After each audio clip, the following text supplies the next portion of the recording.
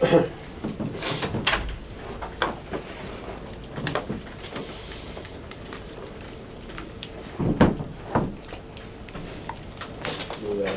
obviously, the series didn't end the way that you guys wanted it to, but as you think about the growth that you guys showed from last year to this year, over the course of the year, even over the course of the playoffs, just what's your level of pride in what you guys accomplished this year? I'm real proud of this group. We battled all season. You know, I've said that before. We surprised a lot of people this year, and you know, it was big. You know, we believed, we trust each other. We you know, we had joy. You know, just being around each other and all that. So it was great. You know, the big step that we had from last season to this season. So I can't wait to see what's coming next. Oh, sorry. I was gonna say, when you say you can't wait to see what's coming next, like what's top of mind for you when you say that? I mean, honestly, to come back next season and start everything over again. Like I said, you know, I have a lot of joy playing with those guys, and you know, I'm just looking forward for everybody to individually get better, and then just as a team as well get better, and to see you know, what we'll do next season. I think a lot of the optimism behind his team and the exit yesterday is just that people feel like you have this long window to compete, that this is just the beginning. Where do you fall in terms of buying into that idea of a window in the NBA to win a championship? I mean, it's like I can't think of that like that. You know, our main thing and my main thing for me is just to get better. You know, at the beginning of the season, we just thought about, you know, going as far as we could. You know, championship was in our head, but I definitely just getting better and improving. So, you know, I can't give no timeline. You know, our goal is for that to happen one day for sure, but, you know, we just got to do it day by day and you know, get there as a team. Mark was saying yesterday that the feeling after the loss, he wants that pain to become an investment for this team's future. I just wonder, like, what does that look like for you? Are you hoping to weaponize that feeling, or is part of you going to hold on to that feeling from last night? Yeah, it's painful. It's not, you know, nobody will feel okay after losing a playoff series, and you know, we got to use this as motivation, fuel. You know, individually in our off season, whatever we got to do to get better as players and also as a team. So, you know, it's definitely gonna be in the back of my head, you know, for the rest of my career. Honestly, you know, anytime, you know, you lose, can't take those times for granted. You know, you never know when you're gonna make the playoff again. So, you know, I remember this one, and you know, I can't wait to be back. Lou, how much fun was it to be a part of this group? You guys obviously seem like such a tight-knit group. Just how much fun was it this season? It was a lot of fun. You know, I've been on a lot of different teams here and seen a lot of different players, and you know, that was one of the best teams that in terms of connection and all that we had, and you know, everybody was happy for one another, and then, you know, it was just a great time and a great place to whenever we come to practice a game, whatever, you know, it's always smiles and good vibes. So, you know, I'm gonna miss that for sure. Lou, how does your summer change playing deeper into the season, and then you have the Olympics coming up as well? Nothing changed. I'm gonna still find some time to get off my feet, enjoy my time, and you know, and then just get ready for Team Canada national team and all that. You know, it's gonna be a lot of traveling, and the Olympics is some big. You know, I can't take that one for granted as well. So, you know, I'm looking forward to that. You know, getting ready with the team and at the same time taking care of my body. You were growing up in Canada. Did you envision yourself playing in the Olympics for Canada? Not at all, nah. But you know, I work my way up to that point, and you know, I'm happy and I'm excited for that. You know, Canada is a beautiful country. It has done a lot for me and my family. So you know, I'll be proud to represent them. What are some of the things that you want to improve on this offseason?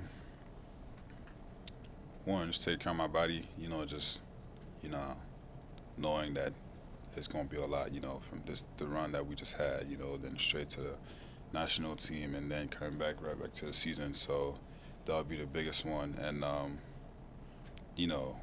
just everything. I mean, when I'm going off season, I just work on everything and just trying to sharp my game. I've been having the same game for the past 5 seasons. It's gonna be the same. I won't turn the shade in one off season. You know what I mean? So I'm gonna just sharpen my game up.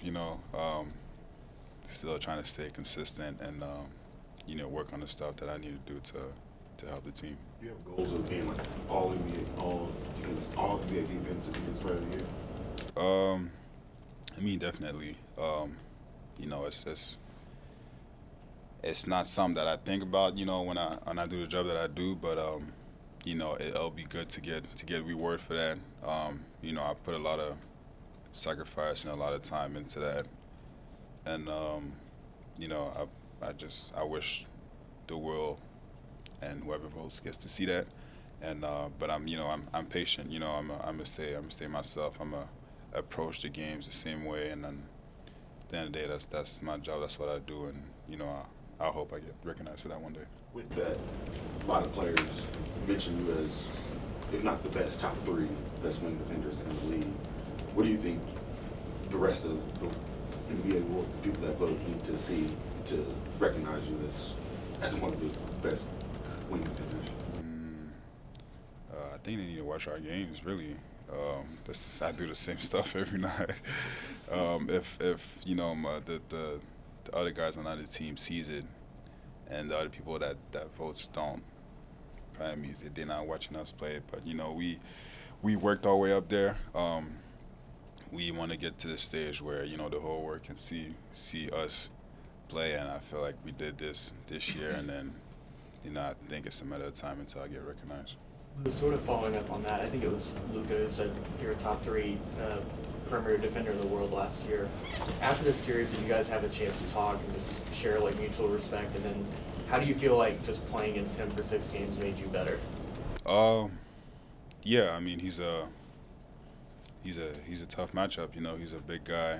He can do a lot with the ball with his with his size. He's really tall and all that and strong. So it made me better. I was like, maybe I need to get stronger or something. And he's a great player for a reason. He's gonna make a lot of tough shots. I know that he's banged up right now after a series like that, especially how aggressive I was.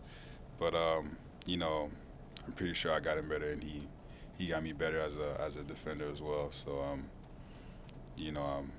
wish them the best. After the game, it was all love, it was all competitive, and then I just told him to go get it and do everything that he can to achieve what he wants to do. Lou, speaking to that, you're a very physical defender, and you're relatively quiet. I don't know if you talk a lot of trash on the court, but it doesn't appear like you do. How does it feel kind of becoming like a villain within a fan base for the first time in your career? I don't know that feeling. It's at the end of the day, like I said, I just go out there and do my job and do what I got to do to help my teammates. Like you said, I don't really talk when I play, so I hope I'm not being seen as a really, really bad villain. But but my main thing is really to go out there and make everything tough and really doing my job. Is this something that you notice, like, while playing? Like, you hear what the fans are saying to you? Yeah. How do you cope with that? I was actually surprised, though, when I was getting foul calls over there, and the whole crowd was cheering when I was getting fouled. That was a little weird. I mean, I guess it's a good thing, because they want to see me out the game. But I don't really pay attention to that. I'm still trying to play my game, stay aggressive, and if the fans are happy when I get a call foul, it's their side, it's whatever. Shane talked about his leadership, like he tried to lead by example. How do you describe his leadership and how much he improved? since you guys Yeah. became teammates? He's been huge, especially for me, you know, as a player. Just what he's doing on the court and off the court is amazing to see his preparation, how he gets ready for games, and then he never shies away from the big moments. And as a teammate and a brother, it's big to see that. And also, it gives me confidence to go out there and be like, yo, I got your back. You're doing all that for us offensively and even defensively as well. That, like, man, if I got to dive on the floor to get this stop for our team and for him, I'll do it, and then I'll sacrifice a lot for the team and him, because all the stuff that he's doing and then his leadership from my first season here to now has been huge. You know what I mean? Just the way that he's getting the team ready, how he's getting himself ready, how big games, small games, whatever, it's still the same approach, and he's been great all season about that. You know, just having a great vibe in the locker room. Like, I always say that the shit that the world see and the shit that we see in the locker room is two different guys, and which we love him for that. And you know, he's been great for us this year. How different is it? He talks more.